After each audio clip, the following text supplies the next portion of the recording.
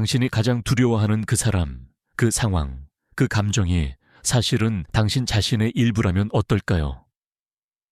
당신이 평생 피하고 숨기고 부정해온 그것이 실은 당신을 온전하게 만들어줄 열쇠라면요.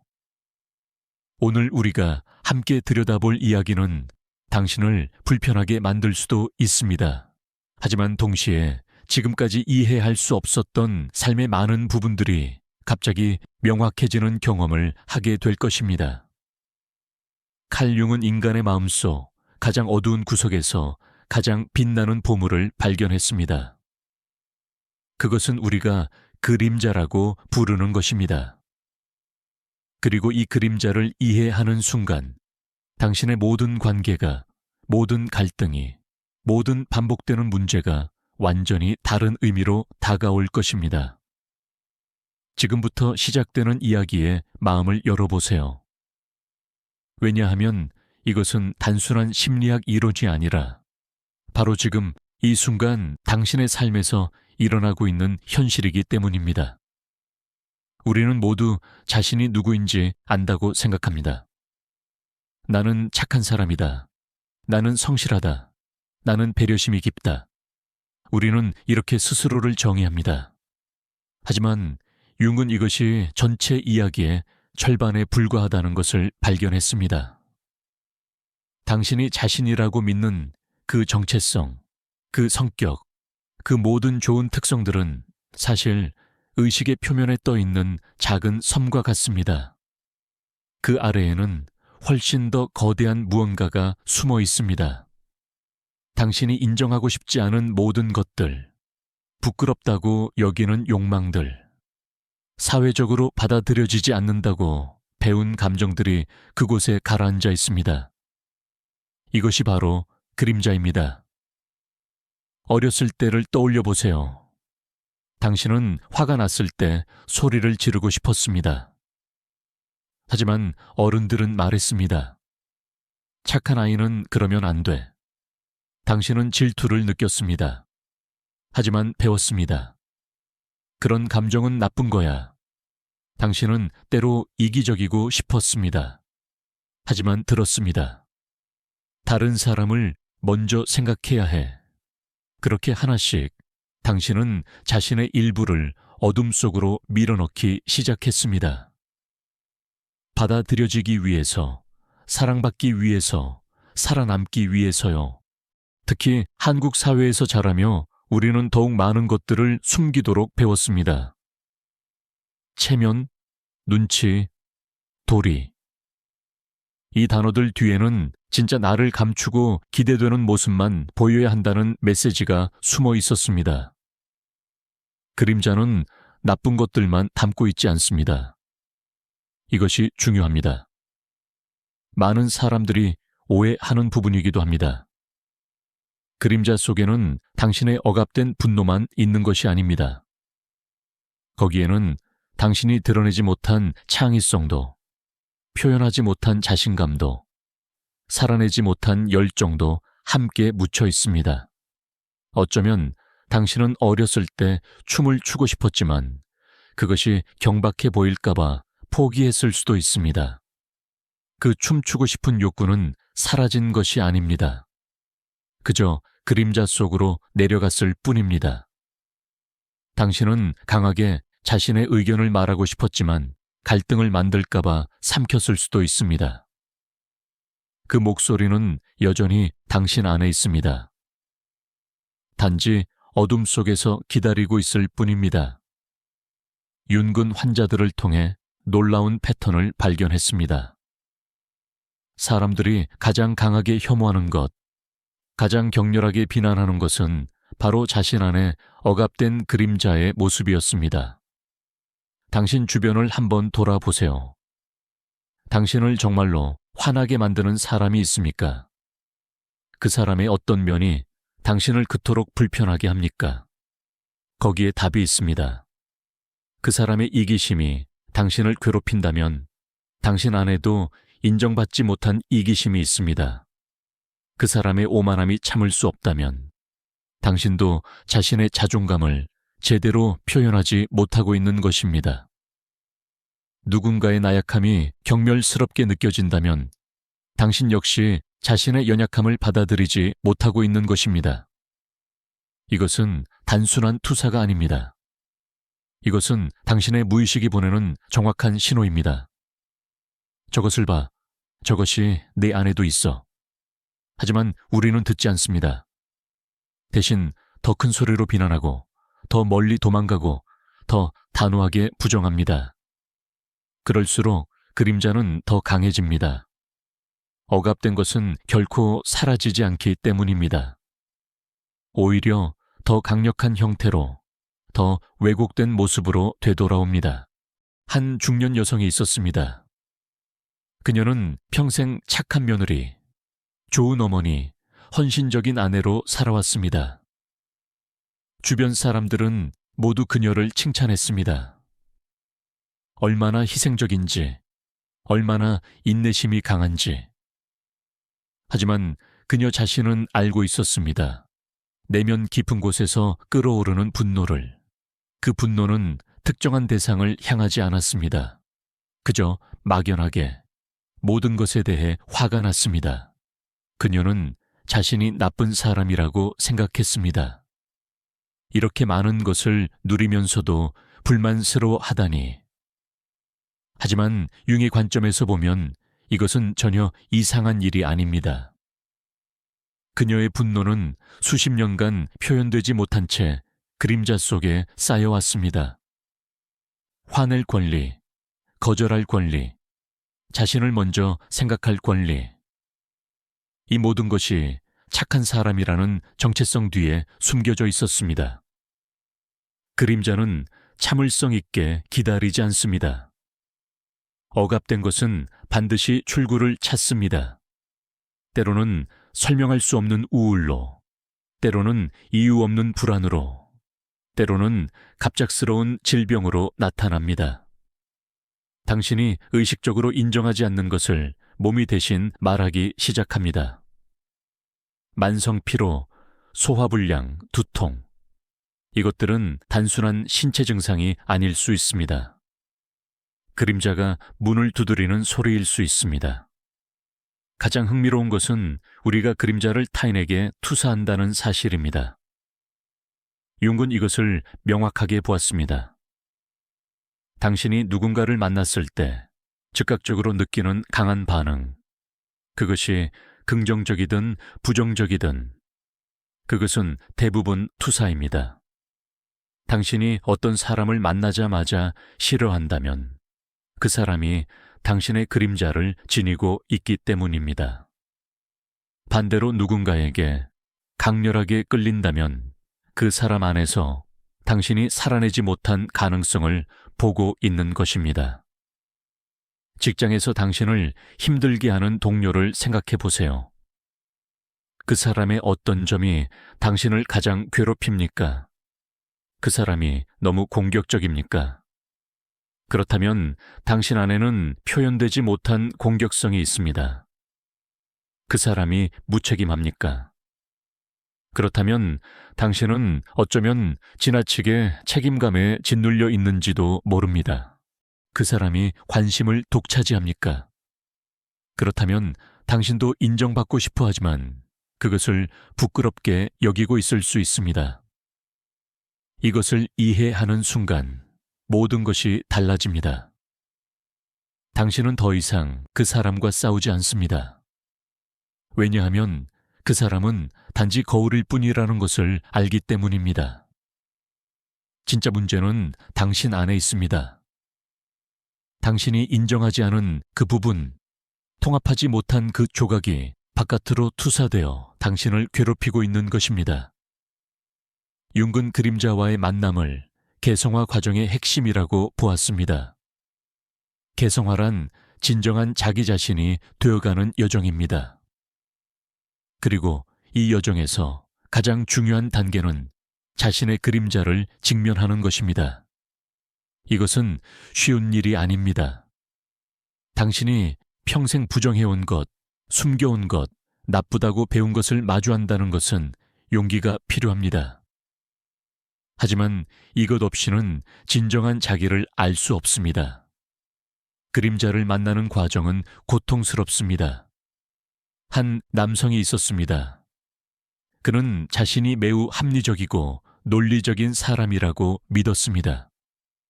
감정에 휘둘리지 않는 것을 자랑스러워했습니다. 하지만 어느 날 그는 아내와의 사소한 다툼에서 갑자기 폭발했습니다. 그 순간 그는 자신을 알아보지 못했습니다. 어떻게 내가 이럴 수 있지? 하지만 융의 관점에서 보면 이것은 그림자가 드러난 순간이었습니다. 수십 년간 억압된 감정, 표현되지 못한 상처, 인정받지 못한 필요들이 한꺼번에 터져 나온 것입니다. 이런 순간들은 우리를 무너뜨리는 것처럼 보입니다. 하지만 실제로는 치유의 기회입니다. 왜냐하면 그림자는 의식되어야만 통합될 수 있기 때문입니다. 당신이 보지 않는 것은 바꿀 수 없습니다. 당신이 인정하지 않는 것은 다스릴 수 없습니다. 그래서 윤근 말했습니다. 그림자를 의식하게 만드는 것이 심리치료의 본질이라고. 그렇다면 어떻게 그림자를 만날 수 있을까요? 첫 번째 단계는 투사를 알아차리는 것입니다. 누군가에게 강한 감정 반응을 느낄 때마다 스스로에게 물어보세요. 이것이 정말 저 사람에 관한 것일까? 아니면 내 안에 무언가에 관한 것일까? 당신이 누군가를 비난하고 있다면 잠시 멈추고 생각해 보세요. 혹시 내가 비난하는 그 특성이 나에게도 있지 않을까? 있다면 어떤 형태로 숨어 있을까? 두 번째는 꿈을 주목하는 것입니다. 윤근 꿈을 무의식의 언어라고 보았습니다. 특히 반복되는 꿈, 불안한 꿈, 당신을 쫓아오는 존재가 나오는 꿈들을 기억하세요. 그 쫓아오는 존재가 바로 당신의 그림자일 수 있습니다. 당신이 도망치면 칠수록 더 강력해지는 것 말입니다. 하지만 당신이 돌아서서 그것을 마주본다면 놀라운 일이 일어납니다. 괴물이 아니었습니다. 그것은 단지 인정받기를 기다리던 당신의 일부였습니다. 세 번째는 당신의 감정을 억압하지 않는 것입니다. 특히 부정적이라고 여겨지는 감정들을요. 화, 질투, 두려움, 슬픔. 이것들은 나쁜 감정이 아닙니다. 이것들은 단지 감정일 뿐입니다. 그리고 모든 감정은 메시지를 담고 있습니다. 화는 당신의 경계가 침범당했다고 말합니다. 질투는 당신이 무언가를 원하지만 가질 수 없다고 느낀다고 말합니다. 두려움은 당신이 소중히 여기는 것이 위협받고 있다고 말합니다. 이 메시지들을 듣지 않고 감정만 억누른다면 그것들은 그림자가 되어 당신을 무의식적으로 지배하게 됩니다. 한국 사회에서 우리는 특히 감정 표현에 인색하도록 자랐습니다. 남자는 울면 안 돼. 여자는 화내면 안 돼. 어른 앞에서는 의견을 내세우면 안 돼. 이런 메시지들이 얼마나 많은 그림자를 만들어냈을까요? 우리는 진짜 감정을 숨기고 사회적으로 적절한 얼굴만 내보이는 법을 배웠습니다. 하지만 그렇게 숨겨진 감정들은 사라지지 않았습니다. 그것들은 우울로, 불안으로, 신체 증상으로, 관계의 문제로 돌아왔습니다. 그림자를 통합한다는 것은 그것을 없애는 것이 아닙니다. 이것이 중요합니다. 많은 사람들이 오해하는 부분입니다. 통합이란 그림자를 의식으로 가져와서 선택권을 갖는 것입니다. 당신 안에 공격성이 있다는 것을 인정하면 당신은 그것을 무의식적으로 표출하지 않게 됩니다. 대신 필요할 때 건강한 방식으로 경계를 세울 수 있게 됩니다. 당신 안에 이기심이 있다는 것을 받아들이면 당신은 죄책감 없이 자신을 돌볼 수 있게 됩니다. 당신 안에 나약함이 있다는 것을 인정하면 당신은 도움을 요청할 수 있게 됩니다. 윤근 환자 한 명을 기억했습니다. 겉으로 보기에 완벽한 사람이었습니다. 성공한 사업가, 좋은 가장, 존경받는 사회 구성원. 하지만 그는 깊은 공허함에 시달렸습니다. 모든 것을 가졌지만 아무것도 느껴지지 않았습니다. 윤근 그와 함께 그의 그림자를 탐험했습니다. 그곳에서 발견한 것은 놀라웠습니다. 그는 어렸을 때 예술가가 되고 싶었습니다. 하지만 아버지는 그것을 허락하지 않았습니다. 예술로는 먹고 살 수 없다. 안정적인 직업을 가져야 한다. 그래서 그는 자신의 창의성을 묻어버렸습니다. 하지만 그것은 죽지 않았습니다. 그것은 그림자가 되어 그를 텅 빈 느낌으로 괴롭혔습니다. 윤근 그에게 그림을 그리라고 권했습니다. 처음에 그는 저항했습니다. 나이가 얼만데 무슨 그림을. 하지만 조금씩 시작했습니다. 그리고 놀라운 변화가 일어났습니다. 그는 살아있음을 느끼기 시작했습니다. 그의 사업은 여전히 성공적이었지만 이제 그것이 전부가 아니었습니다. 그는 자신의 그림자를 통합했습니다. 억압된 창의성을 되찾아 자신의 삶에 통합시켰습니다. 그것은 그의 인생을 대체하지 않았습니다. 오히려 풍성하게 만들었습니다. 이것이 그림자 작업의 아름다움입니다. 당신이 억압한 것을 되찾을 때 당신은 더 온전해집니다. 더 많은 선택지를 갖게 됩니다. 더 진정한 자신이 됩니다. 윤건 이것을 개성화라고 불렀습니다. 사회가 원하는 사람이 아니라, 부모가 기대한 사람이 아니라 진정한 당신이 되어가는 과정 말입니다. 하지만 이 과정은 외롭습니다. 왜냐하면 당신의 그림자를 마주한다는 것은 다른 누구도 대신 해줄 수 없는 일이기 때문입니다. 치료사가 안내할 수는 있습니다. 책이 지도를 제공할 수는 있습니다. 하지만 실제로 어둠 속으로 내려가서 그것과 마주하는 것은 당신 혼자 해야 하는 일입니다. 이것이 무섭습니다. 하지만 동시에 해방적입니다. 왜냐하면 그 어둠 속에서 당신은 진정한 자신을 발견하기 때문입니다. 윤근 자신의 경험을 통해 이것을 알았습니다. 그가 중년의 위기를 겪었을 때 그는 자신의 무의식과 정면으로 마주했습니다. 그것은 혼란스럽고 두려운 경험이었습니다. 때로 그는 자신이 미쳐가고 있다고 느꼈습니다. 하지만 그는 도망치지 않았습니다. 그는 그 경험을 기록했습니다. 그림을 그렸습니다.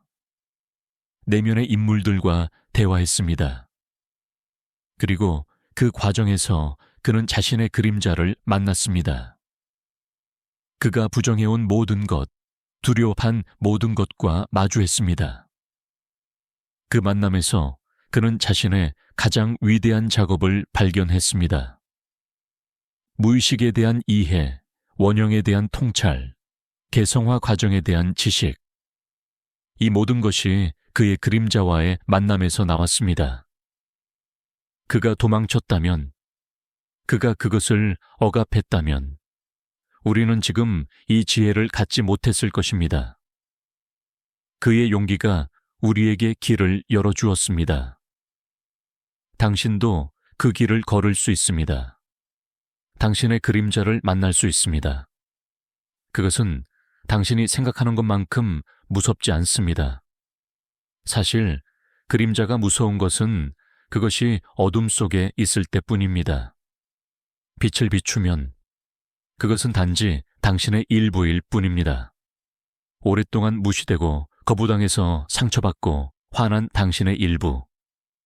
하지만 여전히 당신의 일부입니다. 그림자와 화해한다는 것은 자신과 화해하는 것입니다. 완벽하지 않은 자신을, 모순된 자신을, 때로 이기적이고 때로 나약한 자신을 받아들이는 것입니다.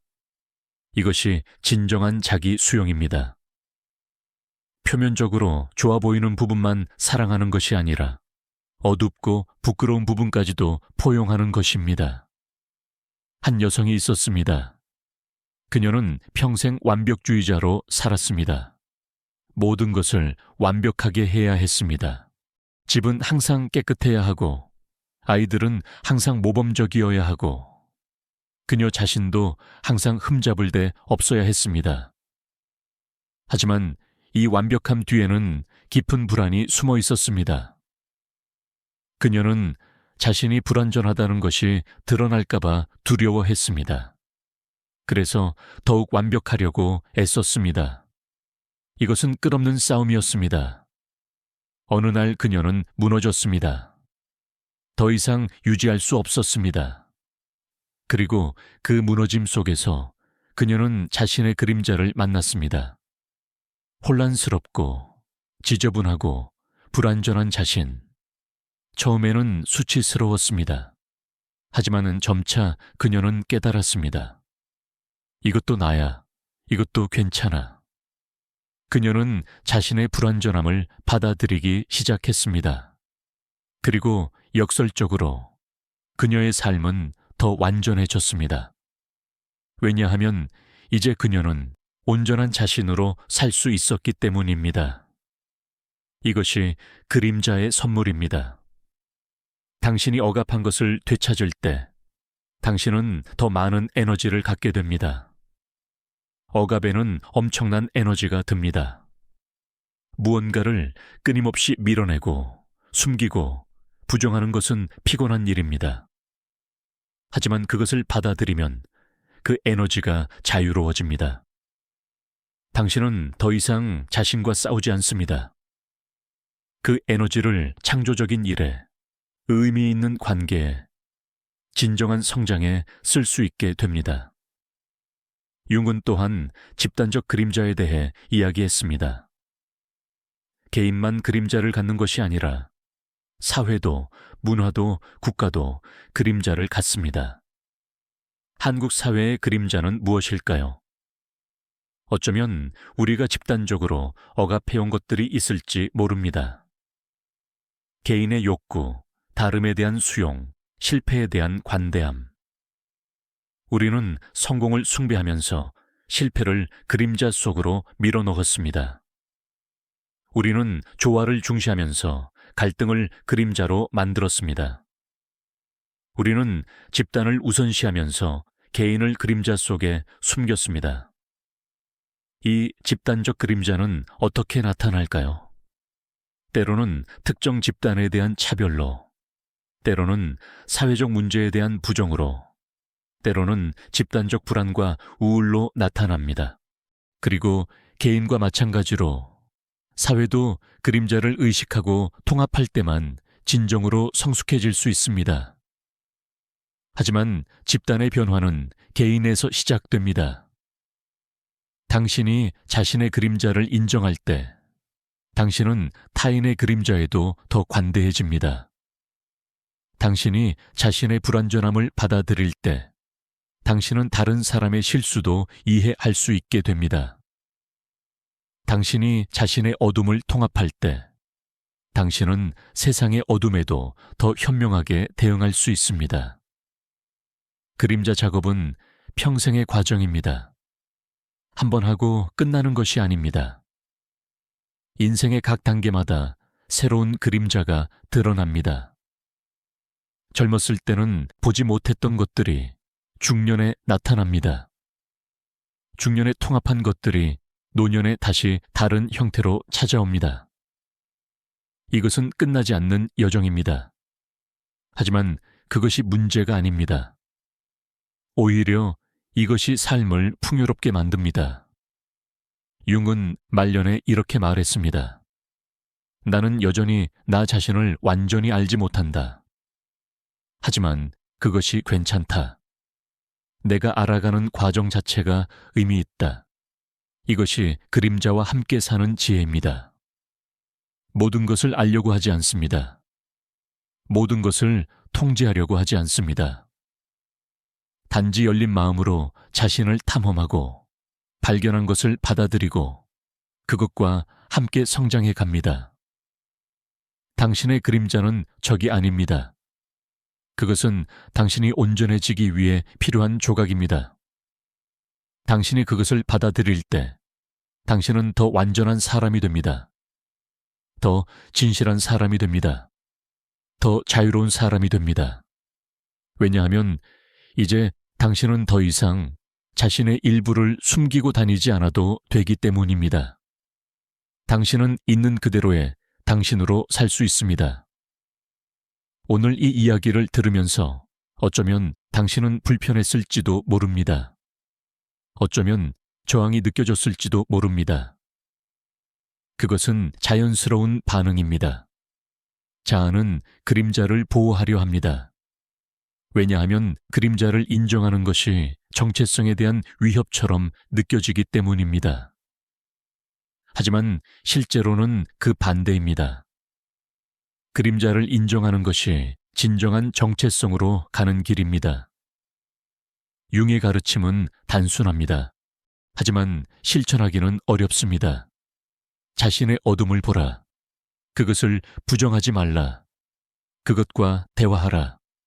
그것을 이해하려 노력하라. 그리고 마침내 그것을 당신의 일부로 받아들여라. 이것이 전부입니다. 하지만 이것이 평생의 작업입니다.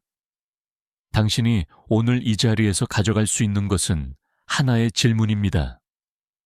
내가 보기 싫어하는 나의 모습은 무엇인가? 내가 타인에게서 가장 견디기 힘든 것은 무엇인가? 그리고 그것이 혹시 나 자신의 거울은 아닐까?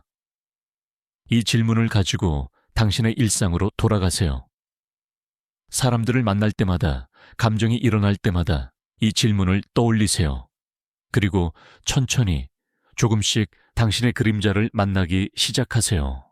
서두르지 마세요. 이것은 급한 일이 아닙니다.